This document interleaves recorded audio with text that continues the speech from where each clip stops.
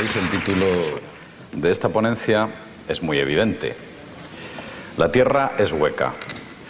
Supongo que para muchos de vosotros el hecho de que yo alegue que la Tierra es hueca puede ser una idea más o menos peregrina. No obstante, a lo largo de unos cuantos minutos voy a intentar demostraros que las posibilidades de que la Tierra sea hueca y que vivamos en un mundo hueco, de que todos los planetas del universo sean huecos, de que las galaxias y de todos los orbes que hay en este gran cosmos son huecos, quizás sea algo más que un mito. Hay una frase que siempre me gusta decir, muy posiblemente, si habéis venido aquí todos vosotros, es porque estáis escuchando teorías que forman parte de una minoría, unas teorías minoritarias, unas teorías que no han sido asumidas por los grandes medios de comunicación. Hay una frase que decía Gandhi, muy famosa, decía que la verdad, aunque esté en minoría, sigue siendo la verdad. Y eso es muy importante. En ocasiones pensamos que esas verdades, entre comillas, que nos transmiten los grandes medios de comunicación de masas, son férreas e inamovibles. Por contra, pensamos que las pequeñas teorías, que en muchas ocasiones son revolucionarias, pensamos que son falsas, porque única y exclusivamente nos limitamos a traducir la intensidad del eco social que se está dando a las mismas. Es por ello que una idea, aunque esté en minoría, puede ser una gran verdad. Los dogmas geológicos, a lo largo de la historia de la humanidad, han ido evolucionando. Unos derrumbaban a otros. Pitágoras asentó que la Tierra era plana. Pitágoras estaba absolutamente convencido y él dio sus explicaciones, unas explicaciones más bien filosóficas. Fue Eratóstenes quien descubrió que la Tierra era una esfera. Y concretamente en el siglo I, cuando Plinio el Viejo asentó esta idea. Esta idea se quedó firmemente apuntalada para el resto de aquellas personas que vivían en el mundo conocido de entonces. También se creía que durante el siglo XX la gente del medievo era estúpida y que pensaban que la Tierra era plana. Ya en el medievo sabían perfectamente que la Tierra era una esfera, mucho antes de que Colón descubriese América. Esa idea ya circulaba claramente. Esto, evidentemente, el hecho de que aquellos hombres fueran ignorantes era falso, ya que desde hace 2300 años se especula sobre la idea de la esferidad de la Tierra. Ha habido muchas teorías que han sido derrumbadas, cambios, morfologías, etc. En total, han pasado 19 siglos desde que se estableció la esferidad de la Tierra. Este es Alfred Wegener. Alfred Wegener era un geólogo. Este hombre propuso una idea revolucionaria. Un buen día, al observar el mapa mundi que su profesor le estaba enseñando, se dio cuenta que las placas tectónicas de Europa, América, de África, encajaban perfectamente. Esa idea se la transmitió al profesor y le dijo que quizás en algún momento dado de la historia aquellos mundos aquellos continentes estaban unidos, y esa unión posteriormente la denominó él llamada Pangea. Aquel profesor de primaria que le escuchaba se reía de él. Claro, se reía de su ignorancia, evidentemente, porque era claro que en un momento dado de la historia a nivel geológico, hace millones de años, la Tierra en la Tierra solo existía un continente. Esto ya lo promulgó Wegener. Al principio se reían de él, cuando los primeros artículos hablaban de esta idea de especulación. Posteriormente fue promulgada como una verdad inamovible, como suele ocurrir con muchas de las teorías revolucionarias.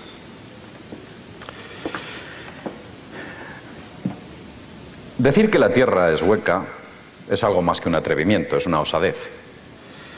Pero cuando yo digo que la Tierra es hueca, voy a explicarme exactamente a qué me refiero. Siguiente imagen. Cuando yo digo que la Tierra es hueca, es que la geomorfología de la Tierra es semejante a una esfera hueca, una especie de pelota de tenis cortada por la mitad, y podríamos ver en esa sección a lo que me estoy refiriendo. Hueca, es una oquedad. En el centro de esa esfera brilla un sol central.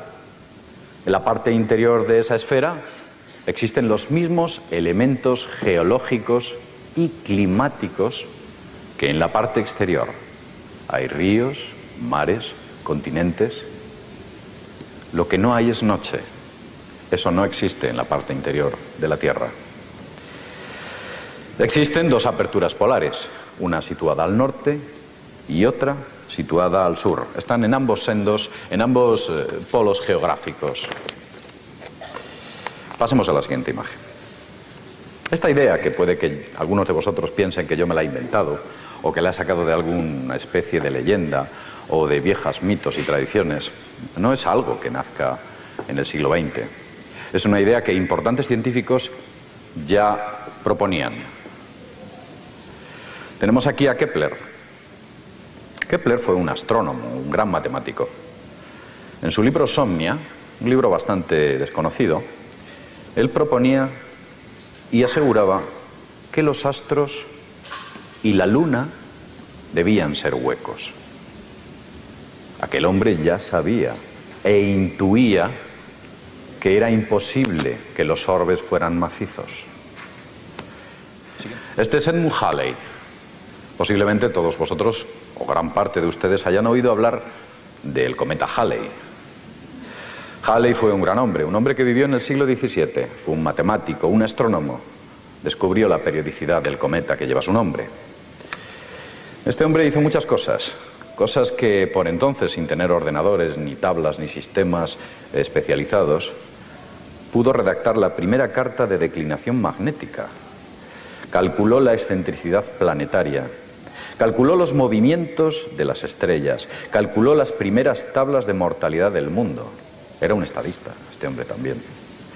Dirigió durante muchos años el famoso observatorio de Greenwich. Pero este hombre, aparte de todo esto, Edmund Halley, propuso que la Tierra tenía que ser obligatoriamente hueca, no podía ser maciza. Aquí tenemos a Euler. Todo el mundo conoce a Euler. Leonhard Euler, del siglo XVIII, otra mente privilegiada, un gran hombre. Este hombre, que también era astrónomo y matemático, proponía ya entonces que la Tierra obligatoriamente tenía que ser hueca, no podía ser maciza. Ha habido más gente.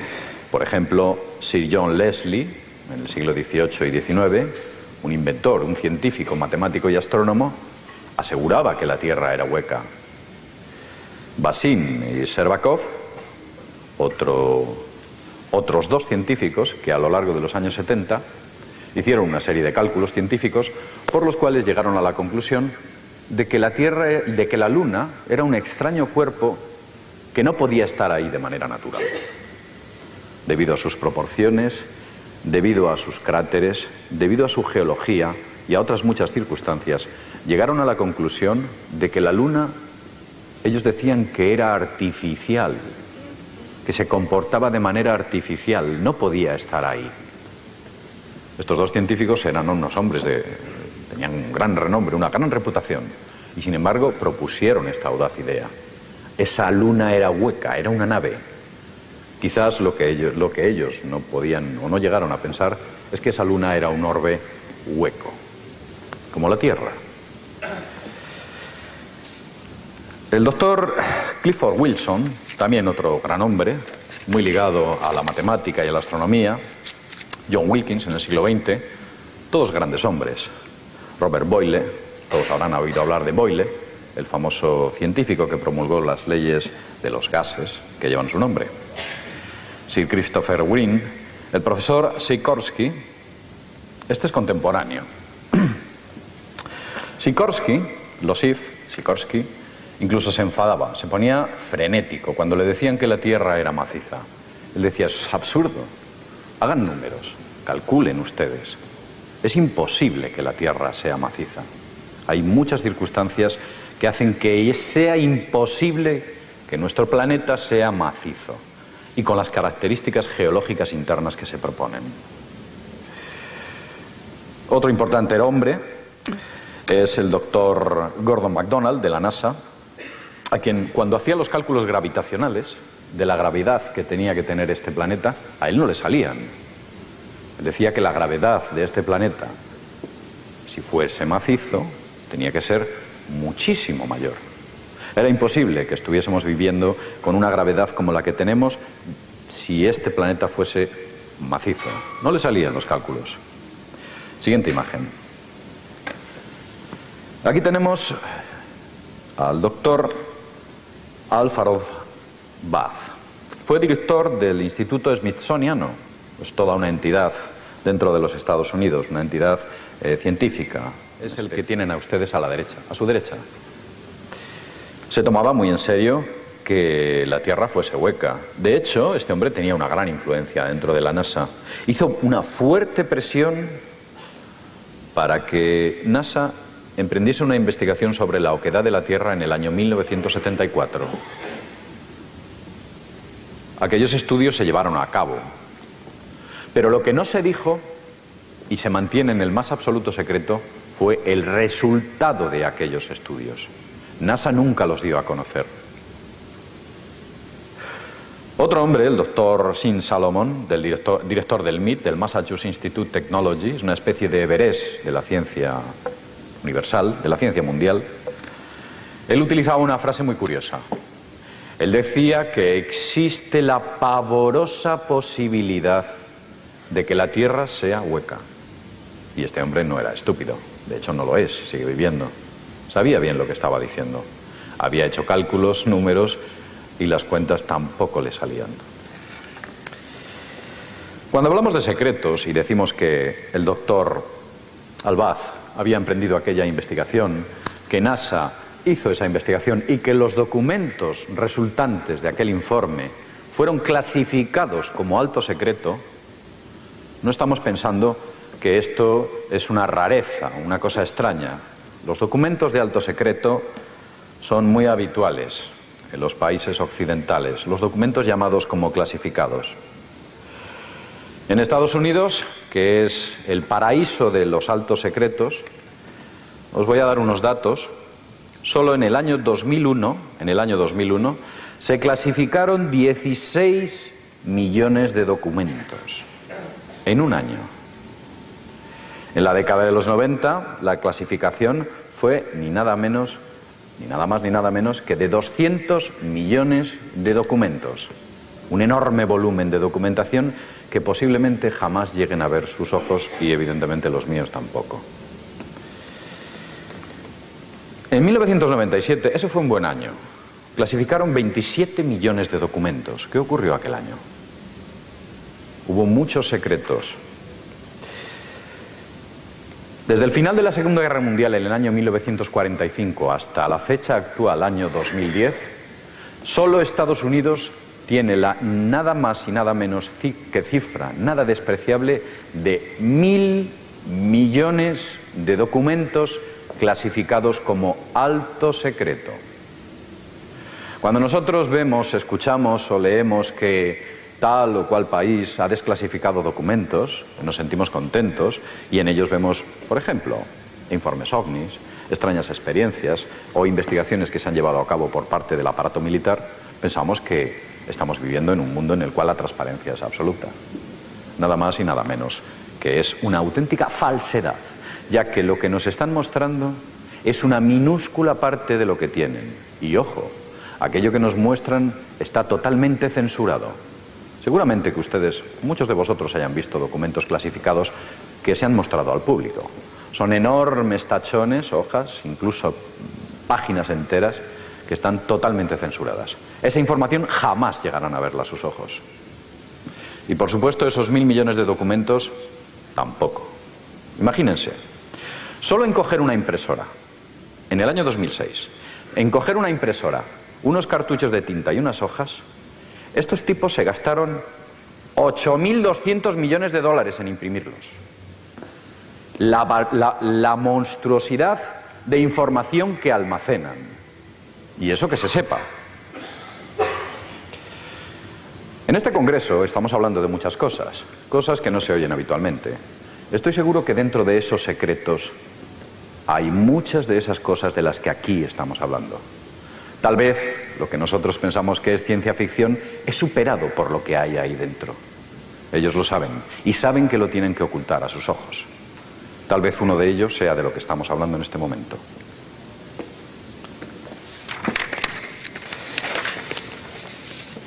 Voy a hablar de algo interesante.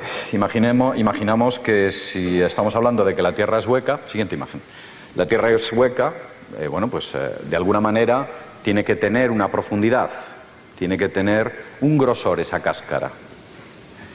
Los mayores récords de profundidad en exploración petrolífera, que es ahí donde se llevan a efecto, fueron producidos concretamente en la base petrolífera de Kola, en Kola 3 o Kola 6, creo recordar. Está situada en Siberia. Los rusos son unos expertos cavando, son los número 1 a nivel mundial. En esta instalación que ustedes ven aquí, los rusos han llegado a 12 kilómetros de profundidad. El otro día abrían botellas de champán los de la Shell diciendo que habían conseguido superar los 2 kilómetros de profundidad o 3. Decían que era una especie de hito, un hito para la Shell. Estos tipos saben perforar. Y ya que estoy hablando de perforaciones, un poco intentando explicar la geomorfología de la Tierra, os voy a contar algo sobre el petróleo. Esto es algo que los rusos conocen hace mucho tiempo, no es nuevo para ellos.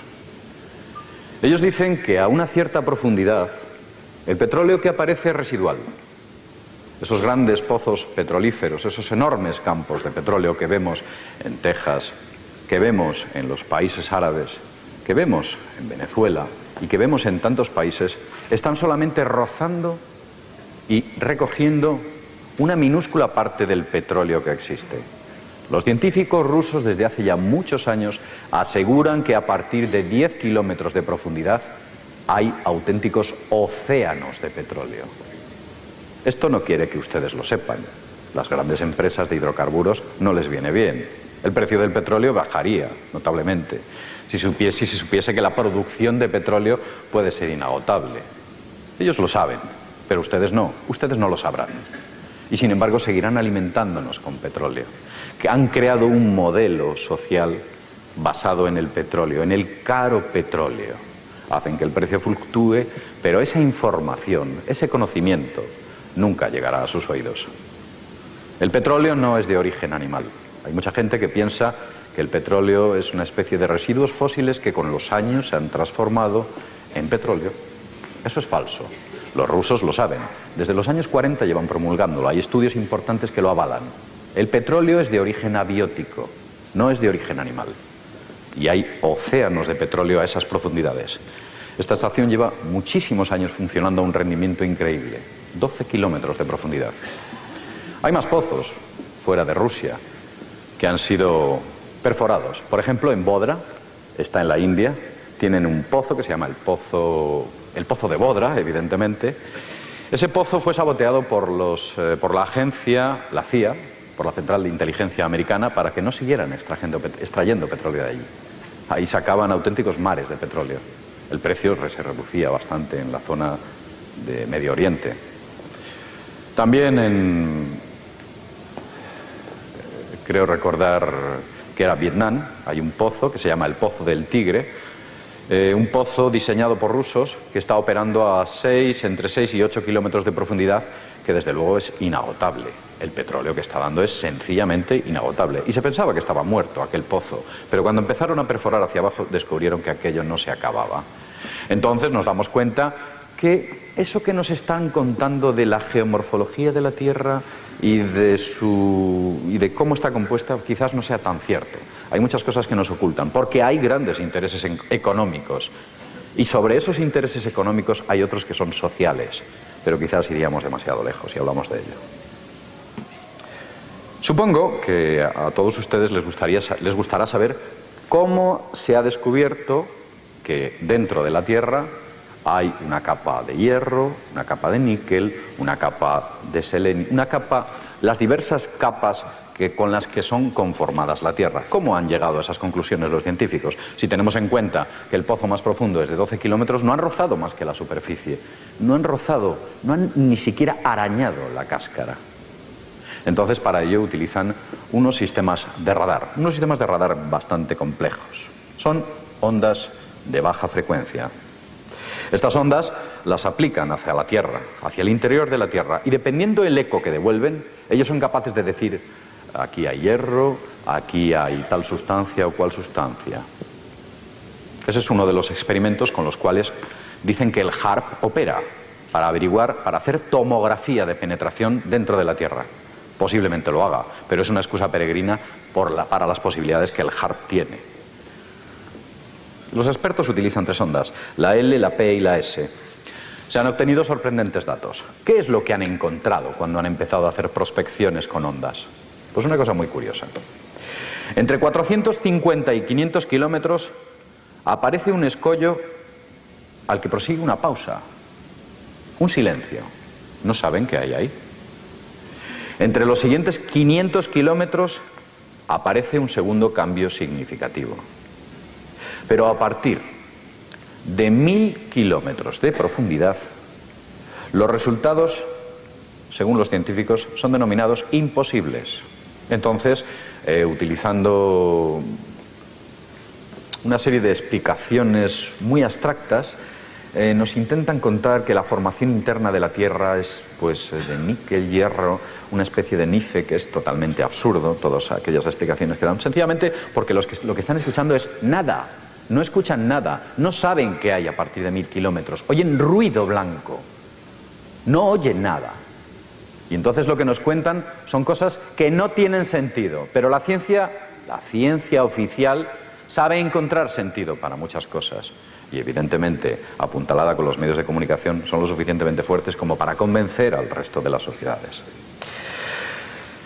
Con lo cual, ¿qué hay a partir de 1000 kilómetros? ¿Tal vez nada? ¿O empieza ese mundo interior del que estamos haciendo referencia? Asimismo, hay otra cosa que es sencillamente alucinante. La ciencia dice que cada 30 metros de profundidad la temperatura aumenta 10 grados. Lo leo. Teniendo en cuenta que hasta el centro del planeta hay 6.500 kilómetros de profundidad, la cifra de temperatura en su centro supera los 220.000 grados. Una temperatura superior a la corteza solar. Eso no se lo cree nadie. Es absurdo. Y nos quieren convencer con el absurdo, como ocurre habitualmente. Ha habido bastantes estudios. Todos pensamos que la gravedad de la Tierra es homogénea. 9,8 metros por segundo en cada segundo en todo el planeta. Eso no es cierto. Ha habido estudios en los cuales se ha descubierto que la gravedad de la Tierra es variable. ¿Por qué en unos sitios la gravedad de la Tierra es mayor que en otros? ¿Por qué? En los océanos. Tal vez es que existen montañas al otro lado. Tal vez es que la composición es variable, o tal vez es que la Tierra es hueca. Porque por eso existe esa diferencia gravitacional. Porque sencillamente no cuentan con los valores que da la geomorfología interna de la Tierra. La Tierra no es homogénea en su gravedad.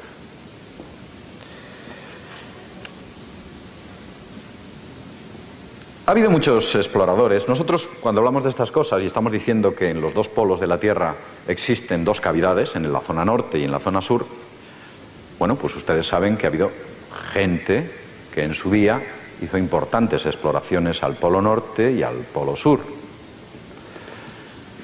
Y suponiendo que esa gente haya estado allá, ha tenido que ver esas cavidades, esos accesos al mundo interior. Pues sí, los han visto. Y ellos han hablado de esas cuestiones. Desde Roald Amundsen, un importante explorador noruego, quien curiosamente falsificó las cartas y los mapas de la Antártida sencillamente para anexionársela a Noruega, ha habido importantes explicaciones sobre los fenómenos extraños que han encontrado en la zona antártida. Este que ustedes ven aquí es Fridtjof Nansen. Escribió una obra que se llamaba Farther North. Fue una obra publicada ya por el año 1900. Por entonces las exploraciones polares eran muy duras. No había los medios técnicos que existen ahora, evidentemente. Él, en aquella obra, en Farther North, estuvo en la Antártida, cuenta cosas muy extrañas. Él dice: sentía que me estaba extraviando y durante casi un año, aquellas exploraciones duraban, sentí que no era capaz de localizar un rumbo adecuado. Él afirmaba que mientras avanzaba hacia el polo, hacia el centro del polo, el clima se hacía más suave y la brújula se tornaba inservible. No le valía la brújula. Encontró tormentas que arrastraban polvos de arena. En la Antártida no hay arena. En la Antártida hay hielo y son polvo de hielo. También, en aquella obra, en Farther North, dice que encontró huellas de animales parecidas a las de un zorro, pero no era un zorro. Él hablaba que finalmente tuvo que retornar sobre sus pasos nuevamente para que apareciesen aquellos vientos helados y posteriormente su brújula recobró la verticalidad, porque la brújula se elevaba, apuntaba hacia algún punto del espacio que desde luego no era el suelo. Sencillamente porque el señor Nansen había entrado en la cavidad polar y él no lo sabía. Había cruzado una frontera que quizás por entonces o hasta entonces nadie había cruzado. Este hombre fue un gran tipo, fue Premio Nobel de la Paz. Bueno, ser un gran tipo no quiere decir que te den el Premio Nobel de la Paz. El Premio Nobel es un chiringuito de la ONU. La ONU es una organización absolutamente corrupta. El Nobel se lo dieron a Kissinger, con lo cual nos podemos imaginar el caché que tiene esa obra. No se lo dieron a Gandhi, casi se lo dan a Hitler, se lo han dado a Obama. Es un tanto contradictorio. Pero en el caso de Nansen, este era un gran tipo. Adelante. Ha habido más exploradores antárticos. Por ejemplo, George Hoover Wilkins. Este fue un explorador polar australiano, también de principios del siglo XX, quien relataba sus extrañas experiencias y anomalías climáticas en un libro titulado En tierra desconocida. También hablaba de zonas en las cuales existía una pequeña vegetación. Cuanto más se acercaba al polo, en vez de enfriarse el clima se tornaba más suave. Había vegetación, algo incompatible. Y sin embargo, eso es lo que contaba este hombre. Siguiente imagen. Seguramente muchos de ustedes conozcan a este personaje. Es Richard Byrd. Richard Byrd fue un héroe en los Estados Unidos. Fue el primer hombre en sobrevolar el Polo Norte. A la altura de Lindbergh fue todo un personaje. Posteriormente le hicieron almirante. Entre 1920 y 1930 fue financiado, el señor Byrd, le financiaron varias expediciones para ir al Polo Sur, para ir a la Antártida. Y voy a decir algo curioso. ¿Saben quién financió a Richard Byrd para ir a la Antártida en aquella época? John Rockefeller.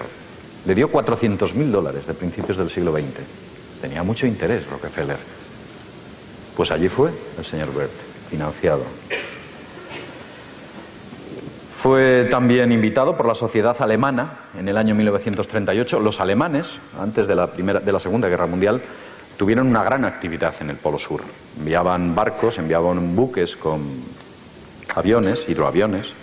Enviaron grandes expediciones al Polo Sur, hubo grandes exploradores y todos ellos contaban cuestiones muy extrañas. Al señor Byrd le invitaron a la Sociedad Alemana de Investigación Antártica, concretamente en el año 1938, antes de empezar la Segunda Guerra Mundial. A aquella reunión acudieron 84 personas, todos eran exploradores y dentro había también algún militar. Fue Alfred Richter, era un importante comandante de las SS, aparte de explorador. Tal vez en el año 1938 este hombre, Alfred Richter, envió un buque, fue en un buque a la Antártida, un buque en el que llevaba 2 hidroaviones, o un hidroavión. En ese hidroavión consiguieron cartografiar nada más y nada menos que 600.000 kilómetros cuadrados de la Antártida, una enorme extensión de terreno. Aquella exploración, o gracias a aquella exploración, descubrieron que los mapas de Rasmussen estaban o habían sido falsificados para anexionarse la Antártida a Noruega. Y ahí los alemanes descubrieron que todo era falso. Ellos clavaban banderas con la esvástica nazi para anexionarse al Reich alemán entonces, pues grandes extensiones de terreno antártido. Todas estas cuestiones fueron posteriormente contadas a Richard Byrd por parte de Alfred Richard, quienes eran buenos amigos. Posteriormente, los avatares de la guerra hicieron que se colocasen en bandos distintos. En 1947, Richard Byrd, 2 años después de que acabase la Segunda Guerra Mundial, es elegido como comandante, como almirante de una enorme flota en la cual había submarinos, había portaaviones, todo tipo de...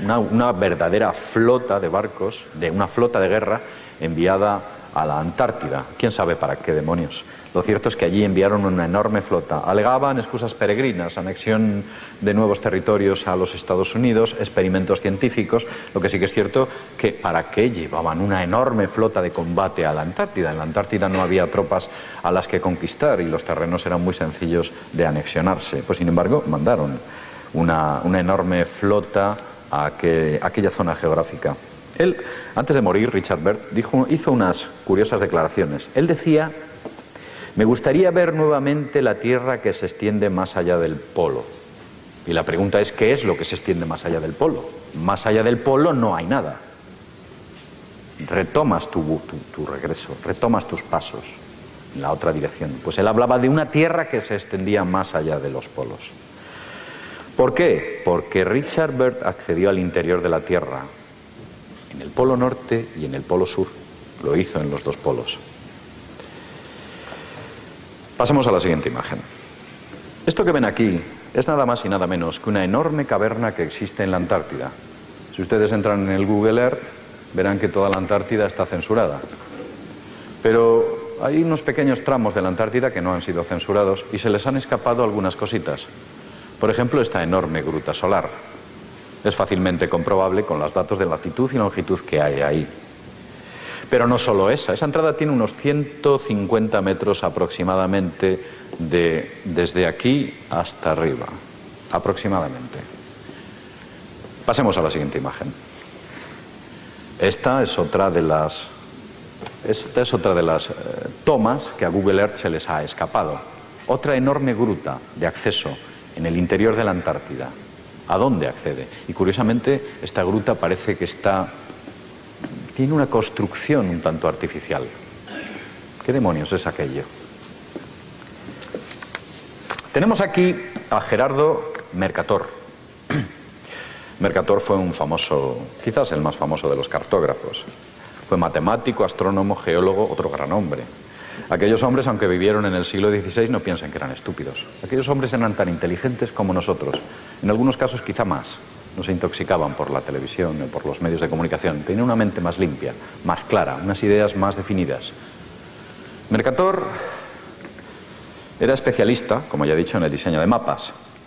Fue el cosmógrafo de la corte alemana. Por entonces, el resto de países de Europa se estaban anexionando el mundo. Alemania quería su pedazo de mundo. Y para ello llamaron a Mercator.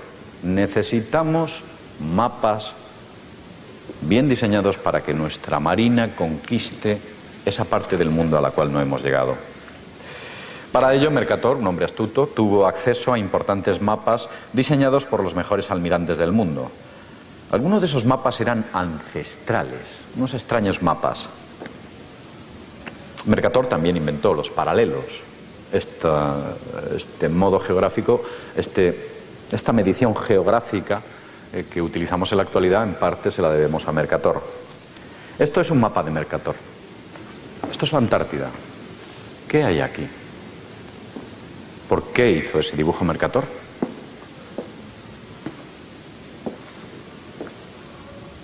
La Antártida libre de hielos y una cavidad central, a un reino. Pasemos a la siguiente imagen. Esto es una aurora boreal. Todos ustedes habrán visto o oído hablar de las auroras boreales. Las auroras boreales, aunque parezca mentira y en pleno siglo XXI, son un misterio. Nadie sabe por qué se producen. La explicación que da la ciencia, como siempre, es muy peregrina y muy extraña. Lo que ocurre realmente, lo que realmente está produciendo las auroras boreales, es la luz del sol interior de la Tierra que sale por las cavidades y al tocar las capas de la atmósfera se produce un efecto de refracción que forma una corona perfecta en cuyo centro están las cavidades. Esa es la explicación de las auroras boreales.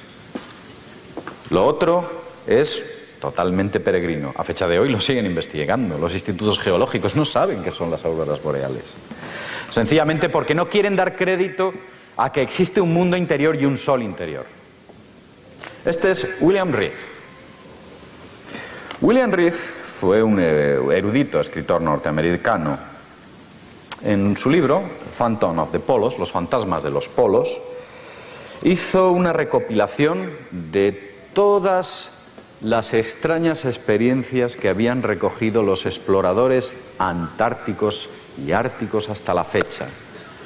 Este hombre era un curioso por naturaleza y dijo, vamos a ver, ¿cómo va a haber zonas cálidas en el polo? ¿Cómo va a haber vegetación? ¿Cómo va a existir huellas de animales en el polo? No existen. ¿Cómo van a contar esas cosas? Enormes grutas, cavidades, cosas extrañas, experiencias extrañas con las brújulas. Y entonces este hombre, ya entonces, hace ya casi 100 años, empezó a recopilar todo tipo de informaciones al respecto. Él decía que si la Tierra no es hueca, ¿por qué el viento norte en el Ártico se hace más cálido? A medida que usted navega hacia el norte y supera la latitud 70, el viento aumenta de temperatura. ¿De dónde vienen esos vientos cálidos? Tal vez de esas cavidades polares. ¿Por qué hay vientos nortes cálidos más allá y en mar abierto a cientos de kilómetros del Polo Norte, allá por la latitud 82? Hay lagos cálidos. ¿Por qué son cálidos? Geomagnetismo de la Tierra, tal vez movimientos, elementos geológicos que hacen que se produzca una especie de aguas termales en el Polo Norte. ¿Por qué esos vientos transportan polvo allí donde supuestamente no hay tierra? Eso lo han contado muchos exploradores polares. Hay polvo. Después de llegar a la latitud 82, ¿por qué la aguja de la brújula siempre se agita y se verticaliza?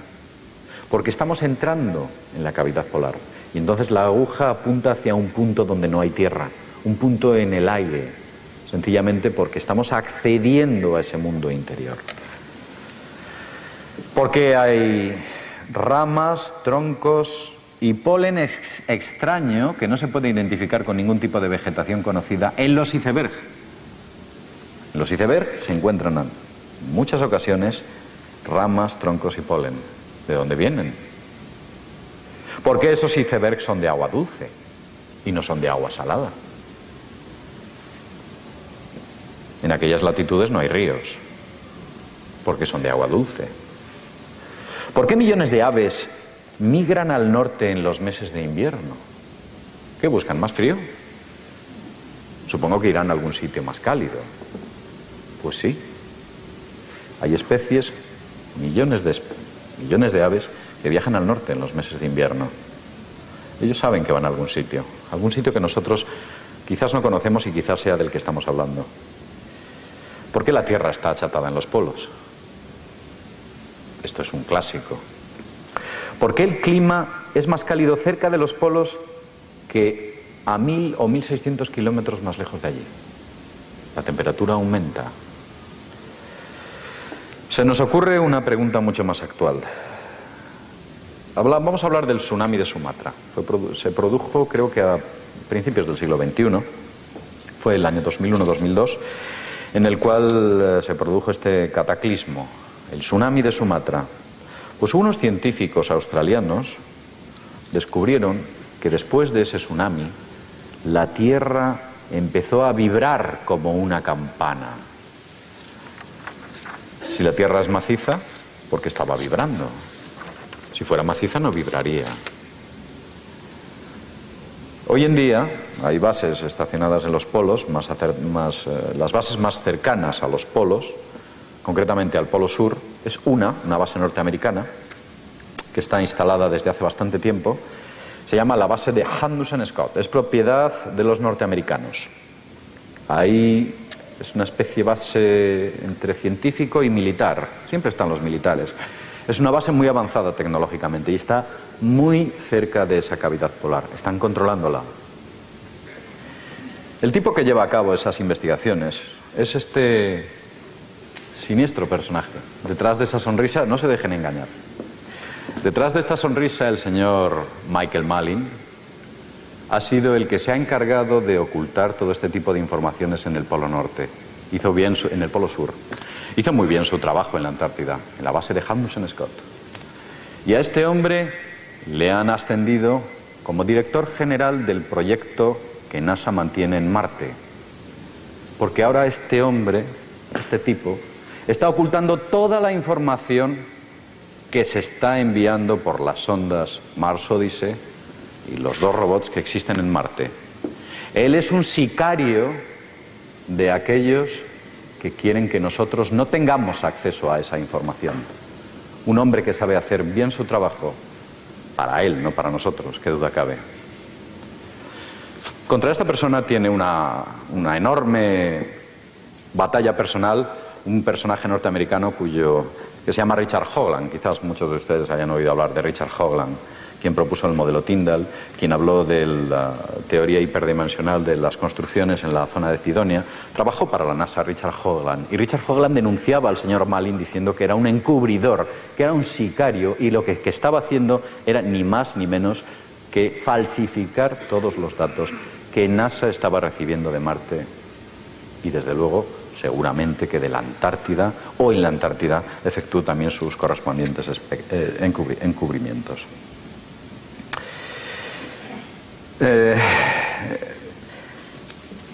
Hay una base española en la Antártida.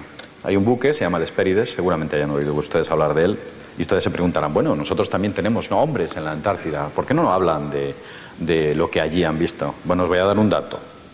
La base de la Antártida, la base española en la Antártida, está situada a 3.000 kilómetros de la base norteamericana. Nos tienen lejos.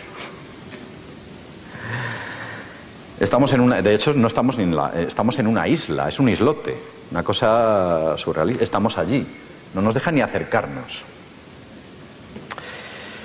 Bien, no obstante, los Estados Unidos mantienen una prohibición mundial de que los aviones sobrevuelen los polos. Pasemos a la siguiente imagen. Estas son las rutas que... bueno, no solo los aviones, sino que los satélites artificiales. Estas son las rutas que los satélites artificiales siguen alrededor de la Tierra. ¿Por qué evitan esto? Quizás la gravedad, o existe una aberración gravitatoria allí. ¿Por qué evitan esto? No pasan por las aperturas polares, los satélites, las evitan. Siguiente imagen. Esta es la Antártida y es un mapa de vuelo orbital de los satélites artificiales. Si tuviera más resolución la cámara, podríamos ver incluso los datos sobre esos satélites, los vuelos y las fechas. ¿Por qué evitan eso? Porque no van por ahí. Tal vez es que hay una aberración magnética. ¿Qué aberración puede producir eso? ¿Quizás una apertura polar? Vamos a poner un vídeo. Es un vídeo en el que se ve, parece una toma aérea, posteriormente el zoom se revierte y se aprecian ciertos detalles. De esa cavidad que ustedes ven ahí, ese vórtice, se ve una especie de luz interior y un foco que sale. Vemos aquí una especie de antena y una ventana. Una ventana con unos detalles muy curiosos. Una tornillería, etc. Se pensó que era un fake, algo falso. Esta imagen no tenía sentido, alguien la había hecho con el ordenador. Pero había cosas extrañas en ella. Nadie pudo encontrar esa ventana. Todos pensaron que aquello era, pues sencillamente, una toma falsa. Había sido un intento de filtración de la NASA por alguien que quería gastarnos una broma a todos. Lo cierto, y ahora se ven más detalles de esa ventana, es que yo me puse a investigar qué tipo de objeto enviado al espacio por el hombre tenía esa ventana. Y hay uno que tiene esa ventana. La ventana a la que estoy haciendo referencia es esta. Desde esta ventana fue grabada. Y este es el transbordador Discovery, el único que tiene esta ventana. Los demás no la tienen. Pasemos a la siguiente imagen. Y esos son los detalles que aparecen en el vídeo. Esta imagen, la imagen que han visto anteriormente, tiene visos de verosimilitud. Yo no estoy afirmando nada, sencillamente estoy diciendo que tiene posibilidades de ser cierta. Continuemos. Claro, nosotros podemos pensar que esto ocurre en la Tierra y que no ocurre en otros sitios, pero al principio de esta ponencia les he estado comentando de que no solo la Tierra era hueca, sino que el resto de orbes eran huecos. Aquí tenemos una serie de imágenes de algunos de los planetas en los cuales se ve perfectamente cómo la luz del Sol interior es reflejada en las capas atmosféricas. Esto es Marte. Eso que ven ustedes abajo, ese brillo, no es el albedo reflexión de la luz del Sol de Marte, capacidad de reflexión. Eso es la luz interior que el Sol interior de Marte deja escapar por sus cavidades polares, que también las tiene. Continuemos las imágenes. Hay más filmaciones. Estas son fotografías de aficionados. Gente que, bueno, que con sus poderosos telescopios, con más o menos posibilidades, es capaz de efectuar estas fotografías, estas tomas. Continuemos. Pero no solo Marte. Estas son las auroras boreales de Saturno. ¿Qué es esa luz que emana Saturno? ¿Qué es eso que tiene Saturno aquí abajo? ¿Un incendio? No. Esto es la luz, la reflexión que produce la luz al salir por la cavidad polar sur. También tiene auroras polares Saturno. Continuemos. Esta es otra imagen en la cual se ve nítidamente. Continuemos. Esta es otra imagen fotografiada por la sonda Cassini, en la cual se ve claramente la aurora boreal de Marte, producida por los rayos que se escapan por la cavidad polar de Marte, no, de Saturno. Continuemos. Aquí tenemos a Júpiter, que también tiene el mismo efecto. Se produce el mismo efecto. Tiene sus auroras boreales porque del interior de la Tierra hueca de Júpiter, también salen los rayos solares. Y aquí quizás se ven más claramente. Estas son fotografías de NASA. Continuemos. Aquí se ve claramente la luz que emana del Sol interior a través de las cavidades polares de Júpiter, en la zona sur y en la zona norte. Continuemos. Eso es Venus, con su aurora boreal, porque también Venus es hueco y tiene su Sol interior. Continuemos. Este es un zoom de Venus, en el cual se observa perfectamente que está saliendo la luz del Sol interior. Neptuno, que se ve claramente por dónde salen los rayos de ese Sol interior. Esto es Io, un satélite de Júpiter. Io. También los satélites tienen cavidades. La Luna también lo tiene. Lo que ocurre con la Luna es que el Sol interior de la Luna está muerto, está extinto, pero también es hueca y tiene un Sol interior. Esta es una extraña imagen. La NASA la fotografió no hace mucho. Y cuando le preguntaron a la NASA qué es eso, dijeron, pues no sabemos. Pasemos a la siguiente imagen. Y aquí vemos una secuencia. Fue en el año 2002. Una secuencia en la cual una estrella o un planeta es destruida por su vejez o por la rotación o por la diferencia gravitacional del mismo, es destruida y su corteza exterior es expulsada, y en la cual se ve perfectamente su Sol interior y las cavidades correspondientes. La NASA nos dice que esto no sabemos lo que es. Ellos saben lo que es, pero a ciertos niveles, claro. Ahí está clara y nítidamente, son imágenes del Hubble, clara y nítidamente el sol interior de esa estrella o ese planeta. Continuemos. La formación de una galaxia, los cuásares, los púlsar. El modelo se repite constantemente en el universo, en el cosmos. Continuemos. Otra más. Lo vemos claramente, cavidades polares, el centro, la formación en anillo, son huevos. Continuemos. Otra galaxia. Esto no es una imagen real, es una representación onírica de lo que podríamos denominar un púlsar. Otro más. Y ahora, posiblemente muchos de ustedes se pregunten si este conocimiento es nuevo o hay una especie de conocimiento ancestral perdido, acumulado en viejas leyendas que almacenen esta información y que nos las hayan transmitido desde hace quizás miles de años.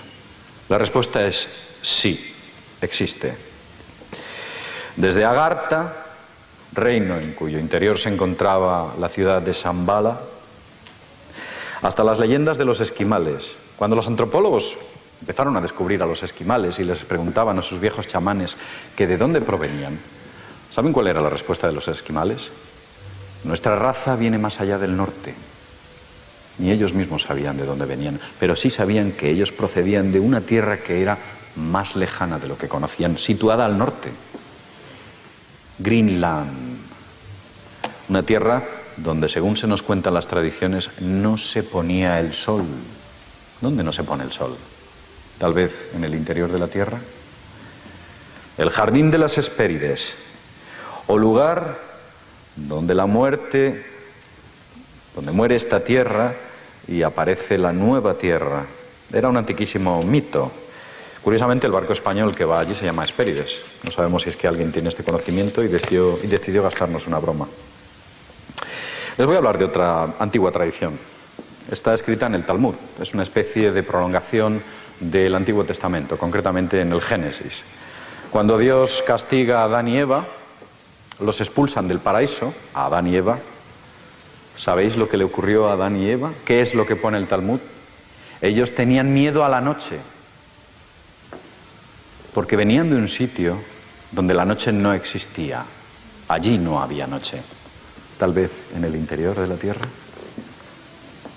Hay muchas tradiciones que hablan de todo esto. También hay una antigua tradición escandinava en la cual habla de Thule o Hela, Thule. Es aquella tierra que estaba situada más allá. Y es una palabra anglosajona que proviene de Thule, Hela, Hel, infierno, aquello que hay debajo de la tierra, el cielo, infierno. Tal vez este tipo de juegos también nos lleven a algún sitio. Podemos ir al libro de Enoch, uno de los más antiquísimos libros que existen.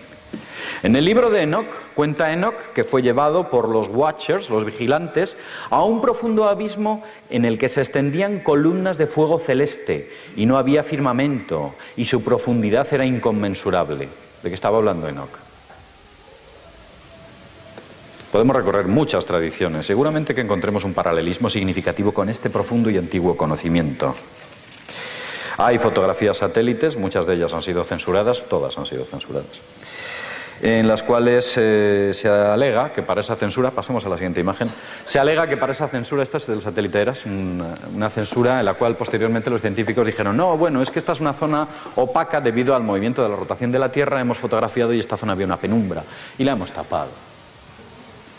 Total, ¿para qué quieren ustedes saber lo que hay ahí? Pasemos de imagen. Esta es otra imagen fotografiada por satélite de la zona de la Antártida, también totalmente censurada. Pasemos de imagen. Otra más, se produce una extraña aberración en el ordenador y decide censurar una zona de la Antártida, otra, que se reproduce en el siguiente error. Pasemos a la siguiente. ¿Pero qué es esto? ¿Qué es lo que estamos viendo ahora? Estas fotos son de NASA. Y ustedes ven aquí cómo las nubes se estiran, se alargan y se dirigen a un punto. Pasemos a la siguiente imagen. Pasemos a la siguiente. Vemos cómo las nubes se dirigen hacia un punto. Pasemos a la siguiente. Y aquí se ve mucho más nítidamente, en la zona norte, Las nubes, las masas nubosas se dirigen o quizás salen de alguna zona que ha sido censurada. Continuemos. Aquí se ve más claramente las masas nubosas, como han sido aberradas, debido a que quizás salgan de ese mundo, esa cavidad, ese mundo interior. Pasemos a la siguiente imagen. ¿Podemos hacer una pausa? Una pausa. Echar para atrás. Echar para atrás, sí. Yo, al principio de la charla, les hablé de Alfred Wegener, de su Pangea. Una isla y alrededor todo mares. Tal vez no haya sido así. Tal vez nunca han existido mares. Tal vez la Tierra en sus comienzos era pequeña y solo había tierra. Y posteriormente fue creciendo y aparecieron los mares. Como se ve nítidamente que existe un crecimiento en todos los orbes a medida que pasa el tiempo. Y hay un momento en el cual la masa es crítica y ese orbe se destruye, como hemos visto en aquellas 4 fotografías.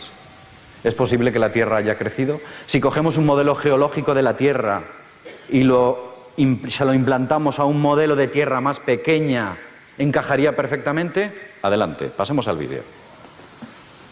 En esta imagen la Tierra es grande, el momento actual. Pero vemos que la Tierra se va haciendo pequeñita, pequeñita.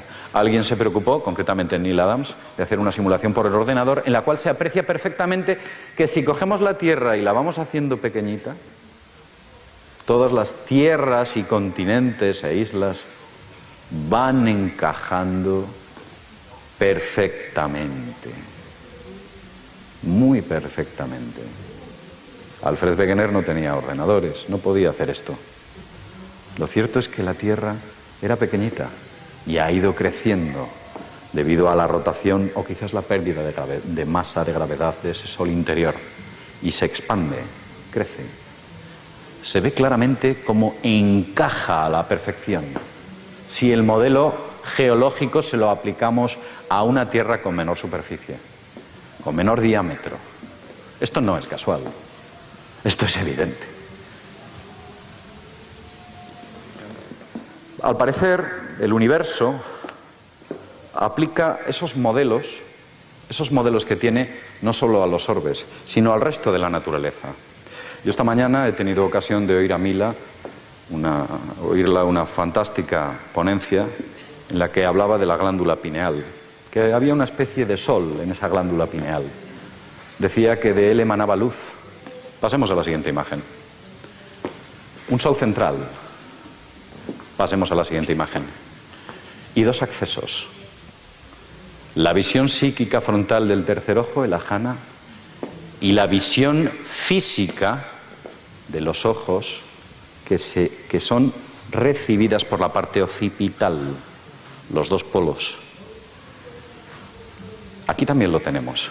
El mismo modelo que existe en los orbes y que existe en el universo. Continuemos. El ajna es un triángulo invertido. El ojo espiritual, el tercer ojo, el chakra. Pero el ojo del destino es el ojo físico, un triángulo con la base en la parte inferior. Pasemos a la siguiente imagen. Si unimos esos 2 triángulos, nos encontramos el ojo del destino y el ajna, nos encontramos la estrella de David. Se llama estrella de David, erróneamente llamada, no debería llamarse así, pero nos encontramos este símbolo. Pasemos a la siguiente imagen. Si ustedes han visto una imagen de Saturno en la que se veían unas auroras boreales, esta imagen de Saturno, en la cual no se ha utilizado el espectro del infrarrojo, se aprecia perfectamente como en el vórtice superior de ese planeta se ve claramente un hexágono.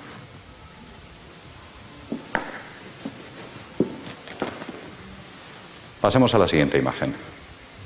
Ahora se ve más nítidamente. Pasemos a la siguiente. Ahí lo tenemos. Son los logos, los símbolos.